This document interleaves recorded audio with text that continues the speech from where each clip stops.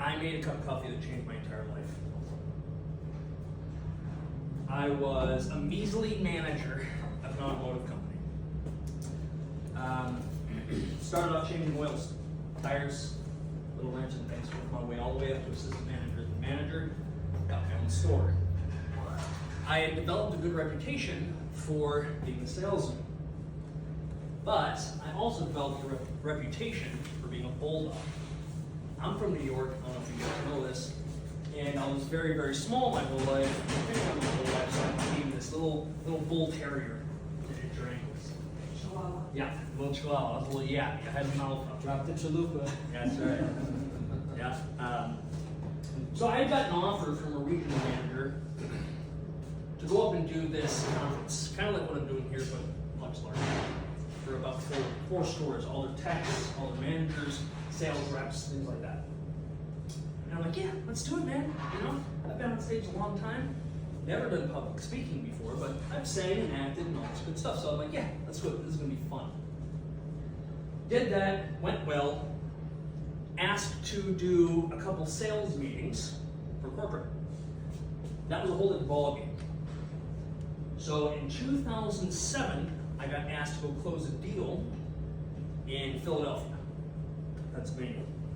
And this deal was for brake pads. Now, I can't really tell you all of it. I have a pretty serious NDA. I will say it was a very major automotive company. I've told you guys what it is before, but I'm recording, so I'm not going to say it now. Been trying to get these brake pads for a long time. Couldn't get the brake pads, I was the final. I was the boss. I was the guy they were sending to tear this guy's leg off, right? And so, I don't know if you remember this, but this story happens PG, so pre-Google, right? I had a company laptop. They had prepared for me with this kind of stuff on it, right? A slideshow. My whole preparation was on this laptop, and it was about as thick as this chair. It was huge, it was heavy, bulky, had no idea how to use it. I didn't have a cell phone until I was in my late 20s. So, I grew up on a farm, that's how that goes. The night before, my meeting was the next morning, I had to drive 3 hours. So I had to be up at 4, leave, get there by 7:30, 8 o'clock, okay? Open the laptop, logged in, blue screen. Complete blue screen. Now I can't just go to the cloud, right? Pull it down from the heavens and pray to Zeus that this thing's gonna work, because that's not how this shit worked. You had to put that thing back to corporate. The IT guys had to do their thing and give it back to you. Well, corporate's 2 hours away. I had to be up the next morning. I was not getting to corporate. It wasn't happening. So now I didn't have my slideshow. I didn't have my presentation that I just worked 2 weeks getting my sales pitch right, learning all the numbers, the projections for this company. So I had ammo to work with, right? I'm screwed, for lack of a better word. Not only that, my dry cleaner was closed. And I was supposed to pick up my suit and tie, and I had one 3-piece suit. That's all I had. So I was extremely poor, and I was not used to business meetings. So I spent all my money on this 3-piece suit, and it was dirty, and the dry cleaner didn't get done. Don't have my preparation. I don't have my 3-piece suit. So I am literally in jeans and a button down to go see a CEO to talk about a multi-million-dollar brake pad. Is that important? Right? The presentation is everything, right? What you start with tells the story. 3 hours away. Middle of July. In Western New York. About 100 degrees and 100% humidity. Pretty terrible. And whoever bought my 1992 Acura Integra didn't opt for air conditioning, so when I bought it from this gentleman off of Craigslist, no AC. All the windows down.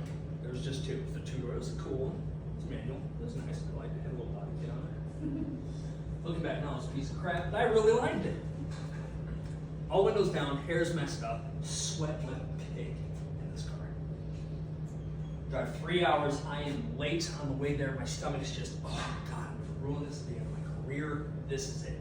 Or this was gonna make me, big corporate guy, this huge automotive company. I'm gonna get this sale, I'm gonna kick his ass, I'm gonna take him for everything he's got. That was my mindset. I looked like crap. I probably stunk like an old Integra in sweat. Hair was a mess, and I was 10 minutes late.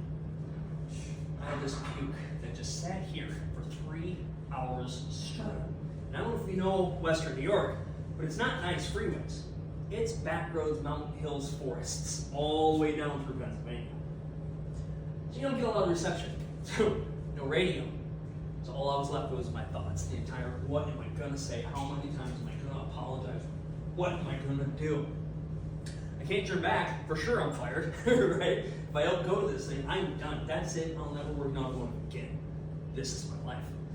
And my hands are sweaty just from the heat and the nerves, you know? And you know, you get that clammy, shaky, I gotta shift and I'm missing the gears. Stressing out with no radio. And just the wind of my defeat just blasting me in the face, right? I get there, there's no place to park. It's Philadelphia. And I don't know who's been to Philadelphia. Anybody? Yeah. You know, it's terrible. The streets aren't big. They're small streets for such a big city. And it's just packed solid. Finally found a place to park. Ran up this building. It was like the 5th floor. It wasn't a very tall building, but it was big compared to what I'm used to, you know. I'm used to little one-story shops, you know. Sweating my butt off. I get to the secretary. Hi, I'm Michael Johnson. I'm here to see blah, blah, blah. She goes, you're late. And I go, I know. And I'm just dying. I'm out of breath, right? I'm sweaty. I look like I've been running marathons all day long. And I get to the door and I take a breath. All right, Johnson. Suck it up, man. You got this. I've wrestled like bulls. I can do this, you know. I open the door and it's a huge conference room. And vaulted ceilings, ginormous, beautiful, huge windows, long oval table, fantastic. There's probably 15 guys sitting around us. And there's a CEO at the far left, whoever the hobby is. God, and I'm man, my knees are shaking, boy. You can hear my feet just a clackling, and I'm like, oh, this is it. I'm done. I don't care. I'm gonna end up washing this guy's car. You know what I mean? It's gonna be bad. So I walk in, and he goes, oh, thank God. I'll take 2 sugars and a creamer. And I'm like, didn't say a word. I just walked straight over to the coffee machine. Made a cup of coffee. 2 sugars and a creamer. 2 sugars and a creamer. Walked it over. Hey, go, buddy. Just thank you so much. You're welcome. Anybody else want one? Nobody? Okay. So I made myself a cup of coffee. Then I went all the way to the other end of the table, and I sat down. And his face went white. The CEO just made me make him a cup. I introduced myself. I'm Michael Johnson from blah, blah, blah, blah, blah. And do you think I got that sale? What do you think? Yes. Oh, hell yeah.